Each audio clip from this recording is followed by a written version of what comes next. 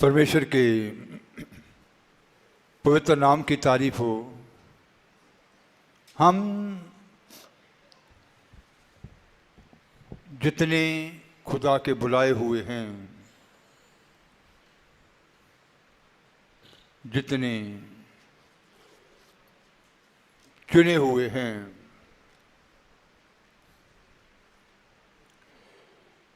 जिनको खुदा ने आवाज़ देकर बुलाया है,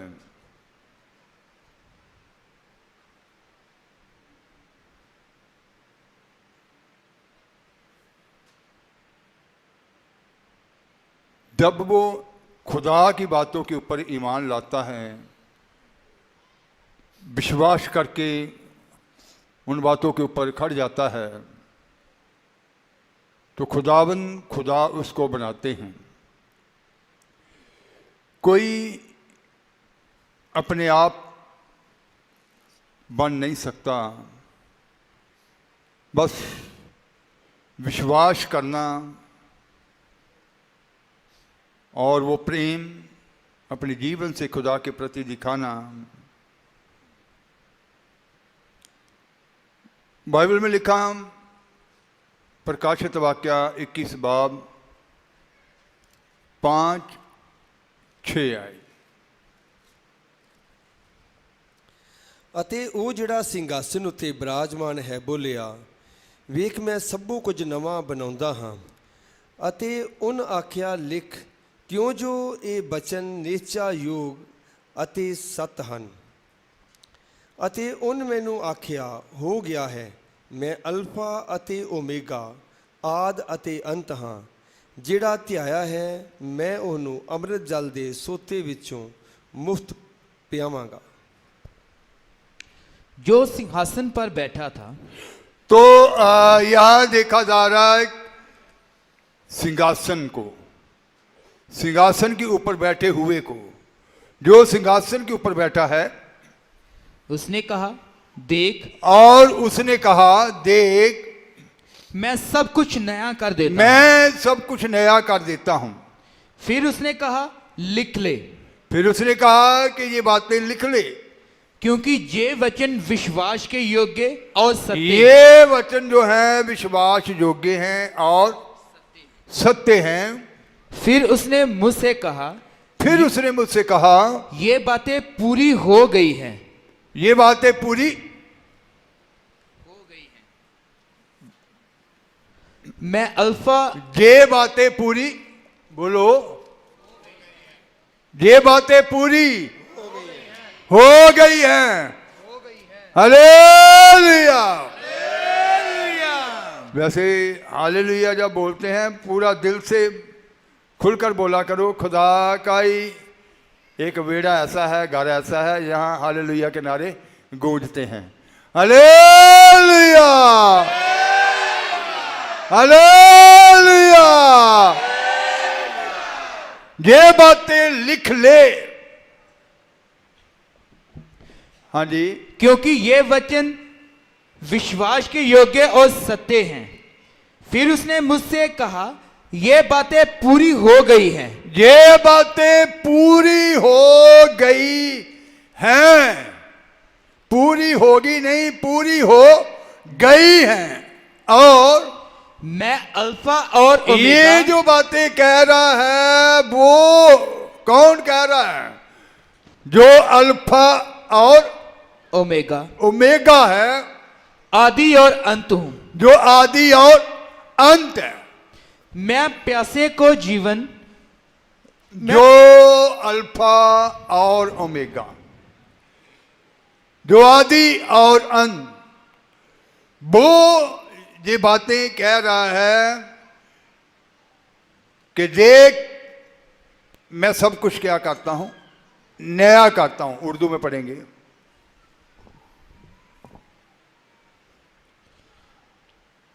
और जो तख्त पर बैठा हुआ था, उसने कहा, देख, मैं सब चीज़ों को नया बना देता हूँ। फिर उसने कहा, लिख ले, क्योंकि ये बातें सच और बरहक हैं। फिर उसने मुझसे कहा, ये बातें पूरी हो गई। मैं अल्फा और ओमेगा यानी ये बातें कहने वाला जो तख्त के ऊपर है, जो सिंहासन के ऊपर विराजमान है, वो अपने विचारों को प्रकट कर रहा है। वो अपने बाप कि मैं सब कुछ क्या करता हूं, नया कर देता हूँ। नया कर देता हूं और ये सारी बातें पूरी हो गई हैं। तो जो अल्फा और ओमेगा, आदि और अंत है, जो ये बातें कह रहा है, क्या नया करेगा वो? कौन कौन सी बात वो नहीं करेगा? कौन कौन सी बात चुने हुओं के जीवन में, सब बुलाए गए लोगों के जीवन में, वो जिनके बारे में कह दिया गया कि पूरी हो गई हैं, क्या कुछ उनके जीवन में जो लिख दिया गया कि मैं सब कुछ नया कर देता हूं? नया क्या होगा? क्या होगा? सबसे पहली बात है, जो नया करेगा वो अपने नेम को नया करेगा, अपना नेम नया करेगा। बाइबल में लिखा गया कि इस्राएली लोगों को जब निर्गमन 20 बाब 1 ऐसे 17 आयत तक पढ़ते हैं, उनको जब 10 हुक्म दिए गए, उनको हुक्म जो दिए गए, जैसे लिखा गया तू चोरी ना करना, जना ना करना, खून ना करना, जब उनको 10 हुक्म दिए गए, आज्ञाएं दी गई, यदि वो उन हुक्मों को, उन आज्ञाओं को पूरा करते तो वो उनका परमेश्वर ठहरता और वे उसके लोग ठहरते, प्रजा ठहरते। लेकिन वो उन बातों को अपने जीवन में अपने आप से पूरा कर नहीं सके। अपने जीवन में उन बातों को पूरा नहीं कर सके। व्यवस्था जो उनको दी गई थी, व्यवस्था उनको सिखाने के लिए थी, और जब तक उनको ये समझ में आया कि ये बातें जो लिखी गई हैं हम अपने आप से कर नहीं सकते, हम अपने आप से बन नहीं सकते, जब उनकी समझ में आई, तब तक लिखा गया कि वो समय पूरा हुआ, वो समय पूरा हुआ। परमेश्वर का पुत्र प्रभु यीशु मसीह इस संसार में जिसको भेजा गया, वो परमेश्वर की इच्छा को पूरा करते हुए आया, और फिर उसने अपने लोगों से एक नया नेम किया और अपने लहू से उसके ऊपर एक मोहर लगा दी। यिर्मयाह 31 बाब उसकी 31 आयत जब पढ़ते हैं, पढ़ेंगे,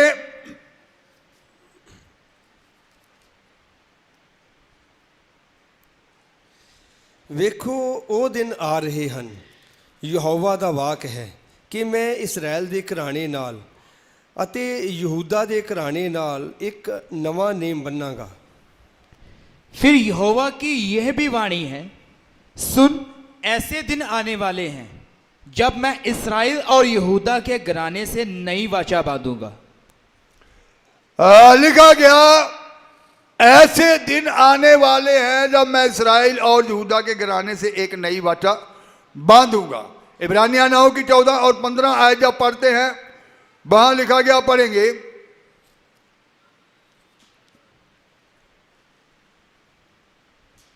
इससे पहले एक आयत पढ़ लेंगे, गलातियां 3 की 24।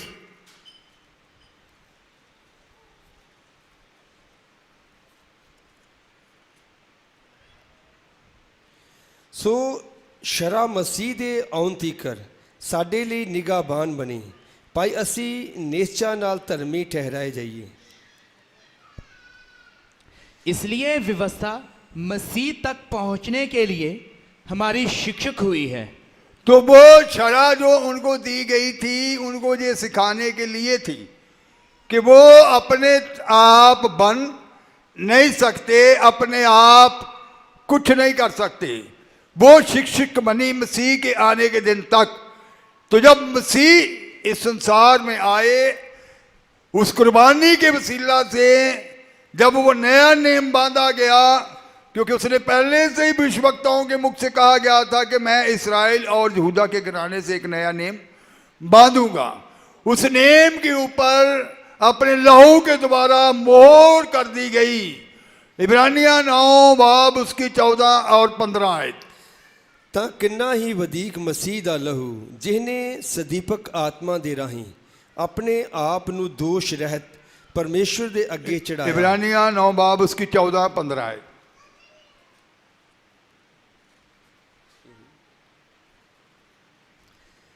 ਤਾਂ ਕਿੰਨਾ ਹੀ ਵਧੇਕ ਮਸੀਹ ਦਾ ਲਹੂ ਜਿਹਨੇ ਸਦੀਪਕ ਆਤਮਾ ਦੇ ਰਾਹੀਂ ਆਪਣੇ ਆਪ ਨੂੰ ਦੋਸ਼ ਰਹਿਤ ਪਰਮੇਸ਼ਰ ਦੇ ਅੱਗੇ ਚੜਾਇਆ। ਤੁਹਾਡੇ 10 बाब उसकी 14 15 आयत पढ़ेंगे।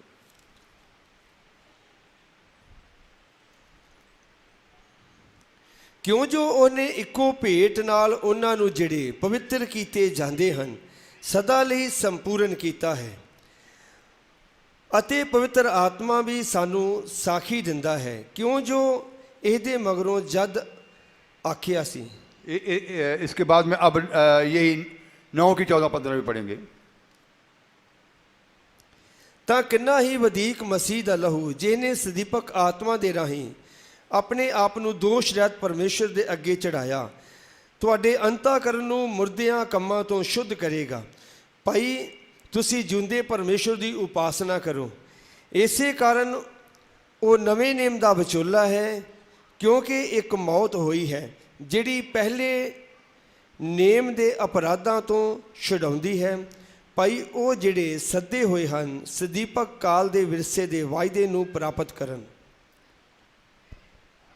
तो मसीह का लहू जिसने अपने आप को सनातन आत्मा के द्वारा मसीह का लहू जिसने अपने आप को सनातन आत्मा के द्वारा परमेश्वर के सामने निर्दोष चढ़ाया, परमेश्वर के सामने निर्दोष चढ़ाया।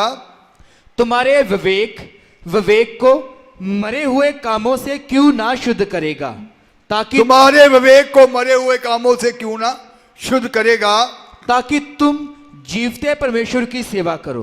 ताकि तुम जीवते परमेश्वर की क्या करो, सेवा करो। इसी कारण वह नई वाचा का मध्यस्थ है।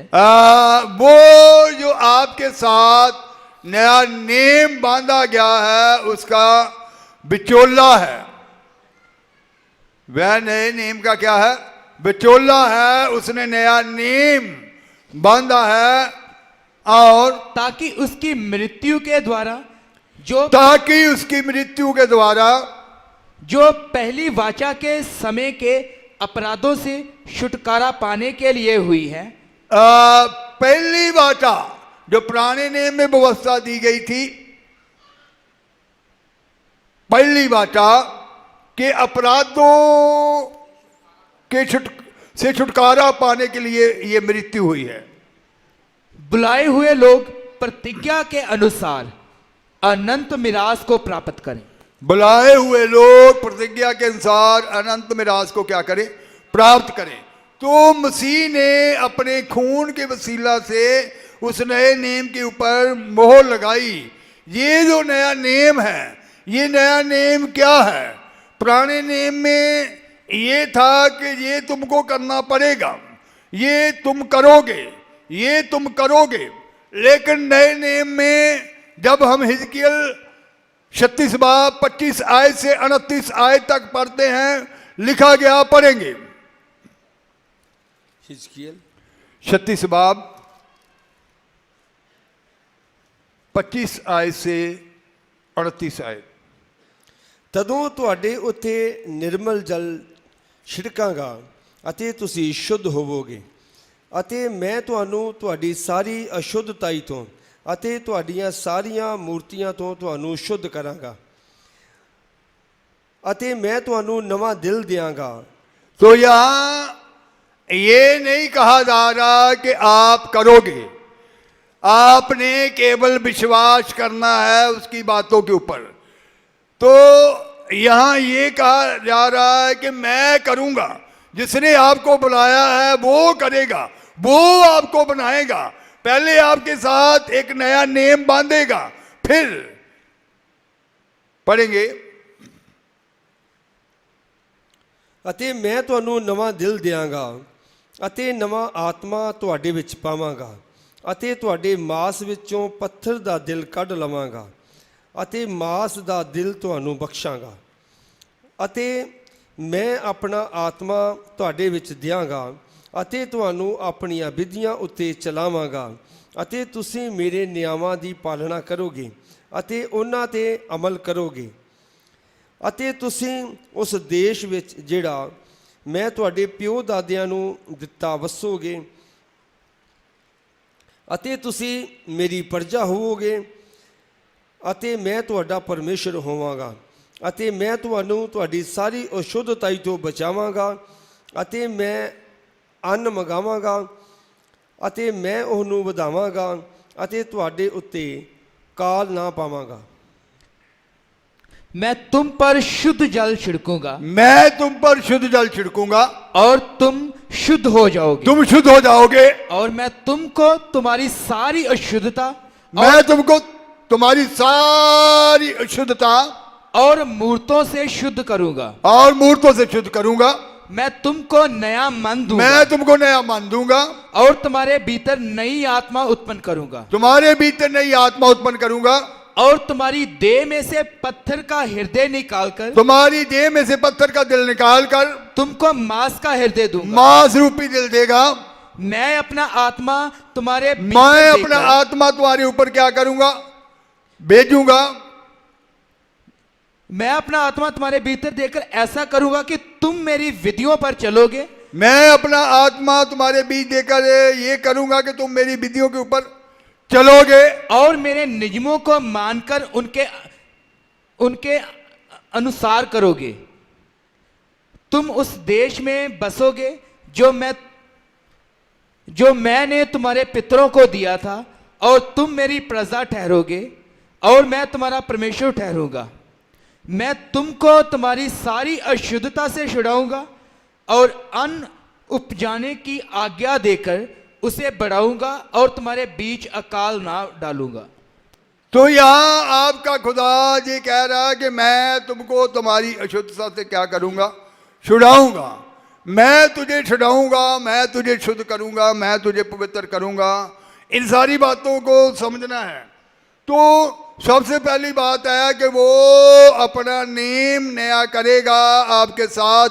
आपने केवल उन सारी बातों के ऊपर विश्वास करना है जो खुदा ने आपसे की है, और अपने प्रेम को अपने हृदय से खुदा के प्रति उस प्रेम को जाहिर करना है, और आपके साथ वो अपना नेम नया करेगा। फिर दूसरी बात, वो आपको नया दिल देगा, जैसे इसमें लिखा है, इसकी 26 आयत आप पढ़ेंगे।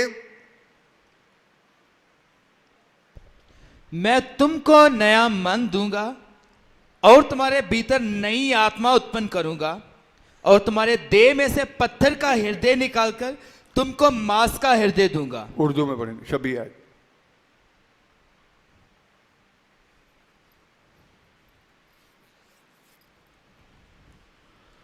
तब मैं तुम्हें नया दिल बख्शकर तुम में नई रूह डाल दूंगा। मैं तुम्हें नया दिल बख्शकर तुम्हारे अंदर एक नई रूह डाल दूंगा। मैं तुम्हारा संगीन दिल निकालकर तुम्हें गोश्त का नरम दिल अता करूंगा। मैं तुम्हारे अंदर से वो पत्थर का दिल निकालकर, कठोर दिल निकालकर एक गोश्त का नमर दिल उसके अंदर डाल दूंगा। वो दिल जो खुदा जैसा सोचे, वो दिल जिसके अंदर खुदा की बातें हों, खुदा की महिमा हो, घमंड से भरा हुआ दिल वो निकाल देगा। वो दिल जिसके अंदर ईर्ष्या है, वो दिल जिसके अंदर कुड़त्तन है, वो दिल जो बड़ी कठोरता के बीच में है, वो आपके अंदर से निकाल दिया जाएगा। आपको ऐसा दिल दिया जाएगा, जब खुदा दिल नया देते हैं, मांस रूपी दिल, फिर उसमें खुदा की सोच, खुदा की बातें ही उत्पन्न होती हैं। तो जैसे सुलेमान ने कहा, नीति वचन 23 बाब उसकी 26 आयत जब हम पढ़ते हैं, वो कहता, हे मेरे पुत्र, तू अपना दिल मुझे दे, अपना दिल। आए खुदा, मेरा दिल मेरे से ले ले। इसके अंदर बड़ी नफरत है, इसके अंदर बड़ी कठोरता है, ये आपकी बातों के प्रति कठोर है। ये दिल जो अहंकार घमंड से भरा हुआ है, ये ले ले। वो कहता, पढ़ेंगे, हे मेरे पुत्र, अपना दिल मैनू दे ਅਤੇ ਤੇਰੀਆਂ ਅੱਖੀਆਂ ਮੇਰੇ ਰਾਹਾਂ ਵੱਲ ਲੱਗੀਆਂ ਰਹਿਣ। हे मेरे पुत्र, अपना मन मेरी ओर लगा और तेरी दृष्टि में, हे मेरे पुत्र, अपना दिल मुझे दे और तेरी दृष्टि मेरे चाल चलन पर लगी रहे। तो इसका मतलब है कि अपना दिल खुदा को दे देना है। वो नया दिल देगा, नया दिल वो नया करने जा रहा है। आपने कुछ नहीं करना। उसने कहा, ये बातें हो गई, ये पहले से ही लिखा गया, पृथ्वी की नींव रखने से पहले। हर एक जन खुदा की इच्छा के बीच में लौटेगा, और अब वो वक्त आ गया कि वो सब कुछ क्या कर दे, नया कर दे। तो आपका दिल भी नया किया जाएगा। आपका दिल मांस रूपी दिल हो जाएगा, बड़ा नरम दिल हो जाएगा, दूसरों के ऊपर तरस खाने वाला दिल हो जाएगा। उन आत्माओं के बोझ को, उन सब के दुखों को देखकर बोझ उठाने वाला दिल, खुदा का दिल, तरस से भरने वाला दिल, जो दूसरों के दुखों के प्रति बड़ी तरस से भर जाएगा और फिर बोझ से दुआ करेगा। कठोर दिल नहीं कि दुख देखा और बड़ी कठोरता से कभी भी चलो हमें क्या है ना। इसका मतलब अभी दिल बदला ही नहीं है, अभी दिल बदला नहीं है, लेकिन आपका खुदा सब कुछ नया करने जा रहा है। Hallelujah, hallelujah, hallelujah. हाल वैसे गुड़गूंज उठना चाहिए। हालेलुया। फिर उसने कहा, मैं तुझे नया आत्मा दूंगा, नया आत्मा दूंगा। इसका सही मायने में ये अर्थ है कि वो आपको एक नया मन देगा। नए आत्मा का मतलब है कि एक ऐसा मन, कौन सा मन, ये बातें अच्छे तरीके से समझनी है। जब वो आत्मा, नया आत्मा आ जाता है तो मन युद्ध का मैदान होता है। ये बात आप सीख चुके हैं। मन के अंदर ही बुरे विचार, बुरे ख्याल, दूसरों के प्रति ईर्ष्या, दूसरों के प्रति कृतन, मन के अंदर ही वो सारी बातें होती हैं। जब वो नया आत्मा उंडेलेगा, मन नया हो जाएगा। मन जब नया हो जाएगा, वो कैसा मन होगा, कैसे विचार होंगे, कैसे ख्याल होंगे, कैसे आपके विचार बदल जाएंगे, ये बदलने जा रहा है। इसलिए आपका खुदा ये कह रहा है कि मैं अल्फा और ओमेगा हूं, आदि और अंत हूं। हालेलुया। देख, मैं सब कुछ नया कर देता हूं। हालेलुया। ये बातें पूरी हो गई। हालेलुया। तो जब ये नया आत्मा आपके ऊपर आएगा और ये मन नया हो जाएगा, वो मन कैसा होगा? भजन संहिता 1 की दूसरी आई।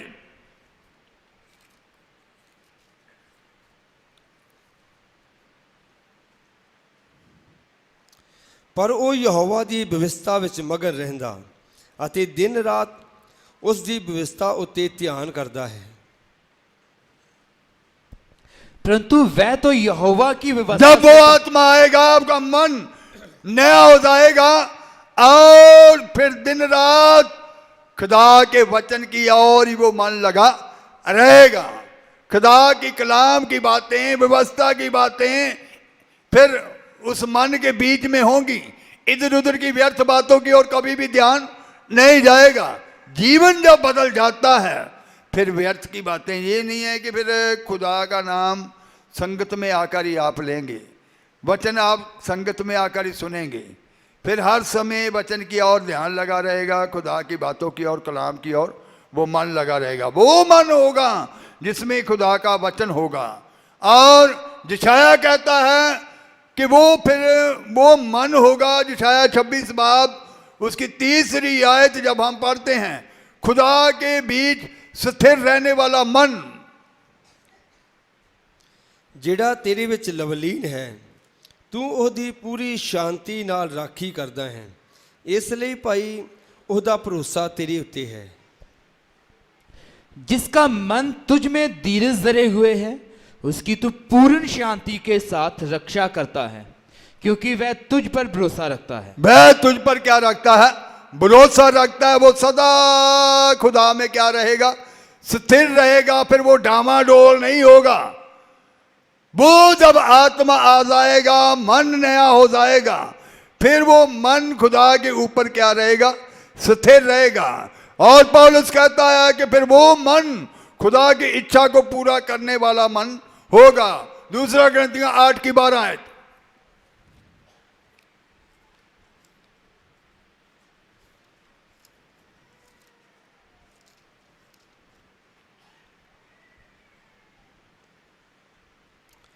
ਜੇ ਮਨ ਦੀ ਤਿਆਰੀ ਅੱਗੇ ਹੋਵੇ ਤਾਂ ਉਹ ਉਸ ਦੇ ਅਨੁਸਾਰ ਜੋ ਕਿਸੇ ਕੋਲ ਹੈ ਪ੍ਰਵਾਨ ਹੁੰਦੀ ਹੈ, ਨਾ ਉਸ ਦੇ ਅਨੁਸਾਰ ਜੋ ਉਸ ਦੇ ਕੋਲ ਨਹੀਂ ਹੈ। क्योंकि यदि मन की तैयारी हो तो मन हर समय खुदा की इच्छा के लिए तैयार रहेगा। वो खुदा की इच्छा का मन होगा, खुदा की इच्छा को पूरा करने वाला मन होगा। और फिर वो खुदा के कलाम, खुदा के ज्ञान के प्रति ध्यान लगाने वाला मन, स्वर्गीय बातों की तरफ लगे रहने वाला मन, ऊपर की बातों की तरफ ध्यान लगाने वाला मन। जैसे पौलुस ने कहा अफिसियां 1:16 आयत, कुलसियां 3:1-2 आयत। अफिसियां 1:16, कुलसियां 3:1-2 आयत।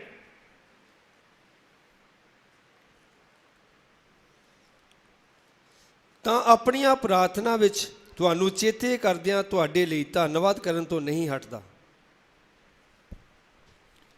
1:16 आयत। हाँ जी, अफसियां तुम्हारे लिए धन्यवाद करना नहीं छोड़ता और अपनी प्रार्थनाओं में तुम्हें स्मरण किए करता हूँ। ਸੋ ਜੇ ਤੁਸੀਂ ਮਸੀਹ ਦੇ ਨਾਲ ਜਵਾਏ ਗਏ ਤਾਂ ਉਤਾਹਾਂ ਦੀਆਂ ਗੱਲਾਂ ਦੇ ਮਗਰ ਲੱਗੇ ਰਹੋ, ਜਿੱਥੇ ਮਸੀਹ ਪਰਮੇਸ਼ਵਰ ਦੇ ਸੱਜੇ ਪਾਸੇ ਬੈਠਾ ਹੈ। ਉਤਾਹਾਂ ਦੀਆਂ ਗੱਲਾਂ ਉੱਤੇ ਚਿੱਤ ਲਾਓ, ਨਾ ਉਹਨਾਂ ਉੱਤੇ ਜਿਹੜੀਆਂ ਧਰਤੀ ਉੱਪਰ ਹਨ। जब तुम मसीह के साथ जलाए गए तो स्वर्गीय वस्तुओं की खोज में रहो। जब तुम मसीह के साथ जलाए गए, इसका मतलब है कि जब मन नया हो जाएगा, वो कौन सी बातों की तरफ मन लगा रहेगा? स्वर्गीय वस्तुओं की तरफ। और जहां मसीह विद्यमान है और परमेश्वर के दाहिनी ओर बैठा है, पृथ्वी पर की नहीं परंतु स्वर्गीय वस्तुओं पर ध्यान लगाओ। पृथ्वी की बातों की तरफ नहीं। अफसियां 1:8 भी इसके साथ पढ़ेंगे। अफसियां 1:8। ਜਿਸ ਕਿਰਪਾ ਨੂੰ ਉਹਨੇ ਸਾਰੇ ਗਿਆਨ ਅਤੇ ਬੁੱਧ ਨਾਲ ਸਾਨੂੰ ਚੋਖਾ ਦਿੱਤਾ।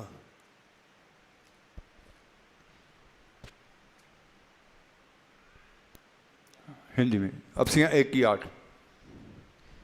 जिसे उसने सारे ज्ञान और समझ सहित हम पर बहुतायत से किया। सारे ज्ञान, कितना ज्ञान? सारा ज्ञान, पूरा ज्ञान। खुदा जब अपने लोगों को बनाते हैं फिर पूरा बनाते हैं, परफेक्ट बनाते हैं। जो कुछ भी बनाया गया परफेक्ट बनाया गया।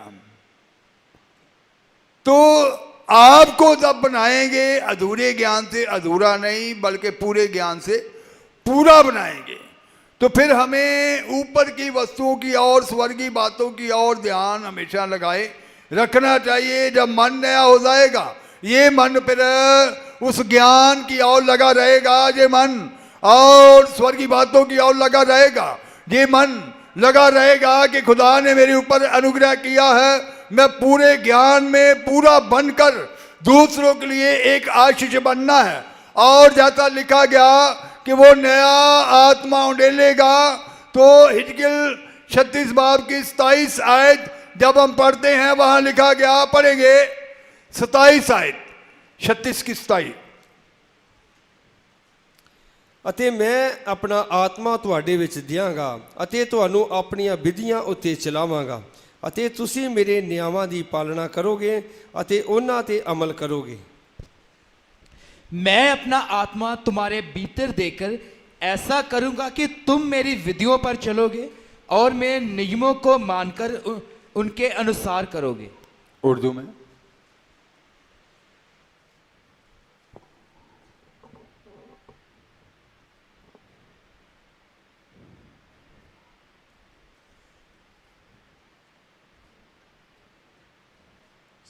सताईस है। क्योंकि मैं अपना ही रूह तुम में डालकर तुम्हें इस काबिल बना दूंगा। ध्यान से समझना है इन बातों को। मैं अपना ही रूह तुम्हारे अंदर डालकर तुम्हें इस काबिल बना दूंगा। बनाना किसने है? खुदा ने। तुम्हें इस काबिल बना दूंगा कि तुम मेरी हिदायत की पैरवी और मेरे अहकाम पर ध्यान से अमल कर सको। हिंदी में भी, मैं अपना आत्मा तुम्हारे भीतर देकर ऐसा करूंगा, मैं अपना रूह तुम्हारे अंदर डाल दूंगा कि तुम मेरी विधियों पर चलोगे। इसका मतलब उसके हुक्मों को पूरा करने के लिए बल कौन देगा? उसका रूह। तुम मेरी विधियों के ऊपर चलोगे और मेरे नियमों को मानकर उनके अनुसार करोगे। मेरे नियमों को मानकर उसके अनुसार करोगे। वो रूह आपको ताकत बख्शेगा, वो रूह आपकी समझ को नया करेगा, वो रूह उन मार्गों के ऊपर चलने के लिए बल देगा। हम गाते जरूर हैं, ना तो बल से ना शक्ति से, पर तेरे आत्मा के द्वारा। Hallelujah, hallelujah, hallelujah. आपका खुदा आपके अंदर वो रूह डालेगा जो आपको चलाएगा, उसके हुक्मों के ऊपर चलाएगा, उसकी विधियों के ऊपर चलाएगा, उन मार्गों के ऊपर चलाएगा जो मार्ग आपके लिए ठहराए गए हैं। आपने केवल ईमान लाना है कि मेरा खुदा मेरे जीवन में वो सारी बातें पूरी करेगा जो बातें उसने अब मेरे लिए कही हैं, जो बातें मेरे ऊपर नाज़िल की गई हैं, जो बातें मेरे ऊपर प्रकट की गई हैं। उसका रूह, वो रूह ऐसा रूह डाल देगा जो मेरे ताकत बन जाएगा, जो मुझे चलाएगा। आप अपने आप, जैसे उनको व्यवस्था दी गई थी ये सिखाने के लिए कि वो अपने आप से चल नहीं सकते, अपने आप से बन नहीं सकते, लेकिन मसीह आया और एक नई वाचा बांध ली गई, और आज भी आपके साथ वो नई वाचा बांधकर आपको चलाएगा। आपके जीवन में वो सब कुछ नया करेगा, दिल नया करेगा, नया रूह डालेगा जो आपको चलाएगा। तो ये जो रूह है, ये जो हुक्मों और विधियों के ऊपर जिसने आपको चलाना है, ये जो खुदा के वचन के बीच में चलाने के लिए वो बल देगा। ये खुदा का वचन जो है, जैसे लूका 8:11 में लिखा है कि वो वचन जो है एक बीज है।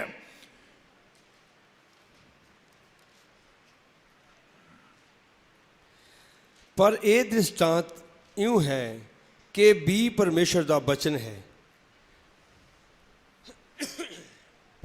दृष्टांत का अर्थ ये है, बीज परमेश्वर का वचन है। बीज परमेश्वर का वचन है। तो इसका मतलब है कि रूह जब आ जाएगा सारी बातें बड़ी तरतीब से करेगा। कैसे? ये वचन आपके अंदर जब रखेगा, ये वचन बीज है, तो बीज को बड़ी तरतीब से वो लगाएगा आपके अंदर। इब्रानिया 10:16 में लिखा है, पढ़ेंगे।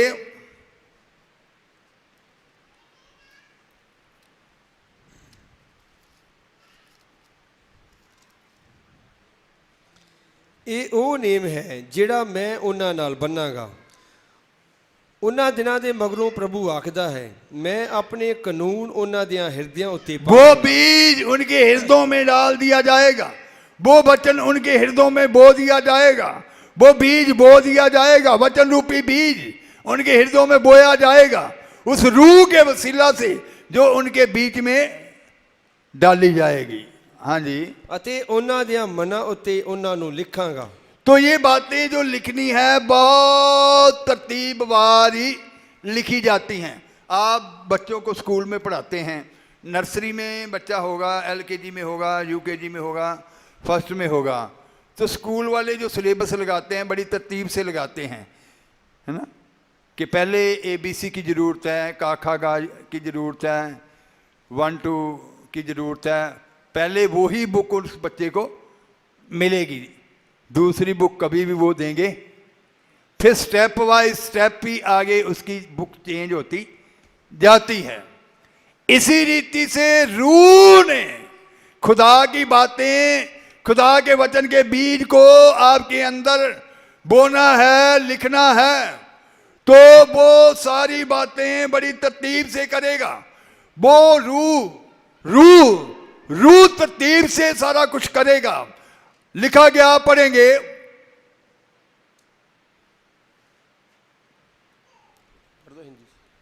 हाँ जी, हिंदी में।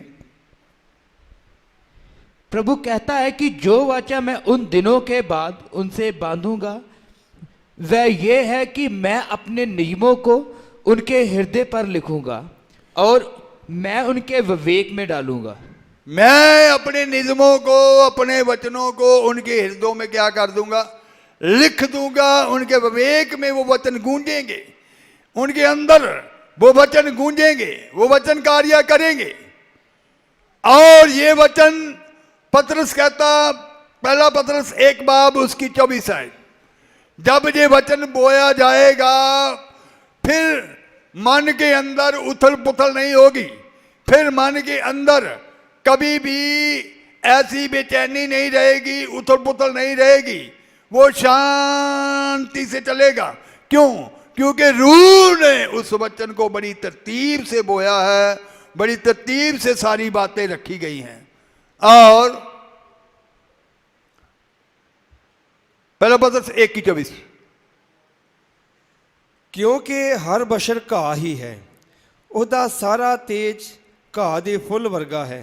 ਘਾਹ ਸੁੱਕ ਜਾਂਦਾ ਅਤੇ ਫੁੱਲ ਕੁਮਲਾ ਜਾਂਦਾ ਹੈ, ਪਰ ਪ੍ਰਭੂ ਦਾ ਬਚਨ ਸਦਾ ਤੀਕ ਕਾਇਮ ਰਹਿੰਦਾ ਹੈ। ਅਤੇ ਇਹ ਉਹ ਬਚਨ ਹੈ ਜਿਸ ਦੀ ਖੁਸ਼ਖਬਰੀ ਤੁਹਾਨੂੰ ਸੁਣਾਈ ਗਈ ਸੀ। क्योंकि हर एक प्राणी घास के समान है और उसकी सारी शोभा घास के फूल के समान है। घास सूख जाती है और फूल झड़ जाता है, परंतु प्रभु का वचन युगानुयुग स्थिर रहता है।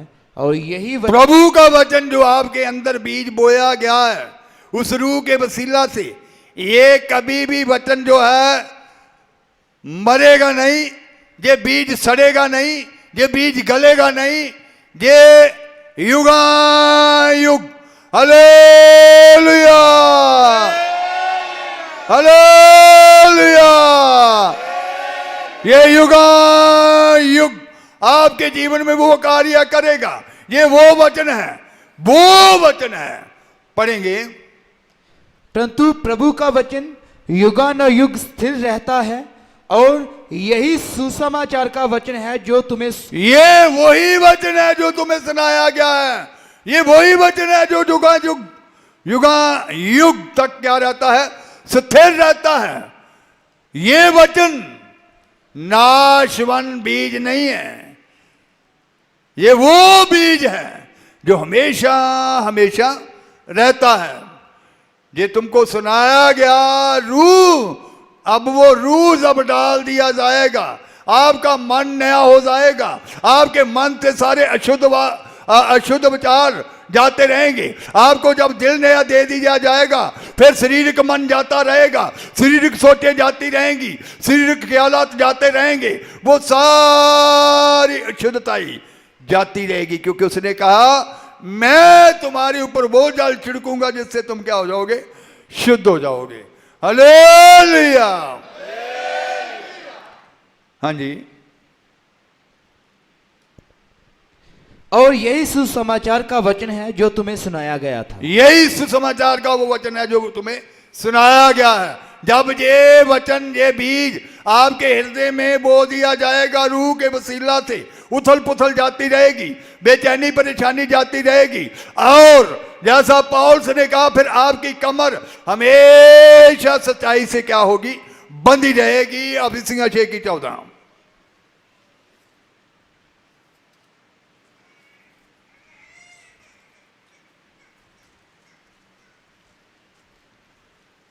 ਸੋ ਤੁਸੀਂ ਆਪਣੀ ਕਮਰ ਸੱਚਾਈ ਨਾਲ ਕੱਸ ਕੇ ਅਤੇ ਧਰਮ ਦੀ ਸੰਜੋ ਪਹਿਨ ਕੇ।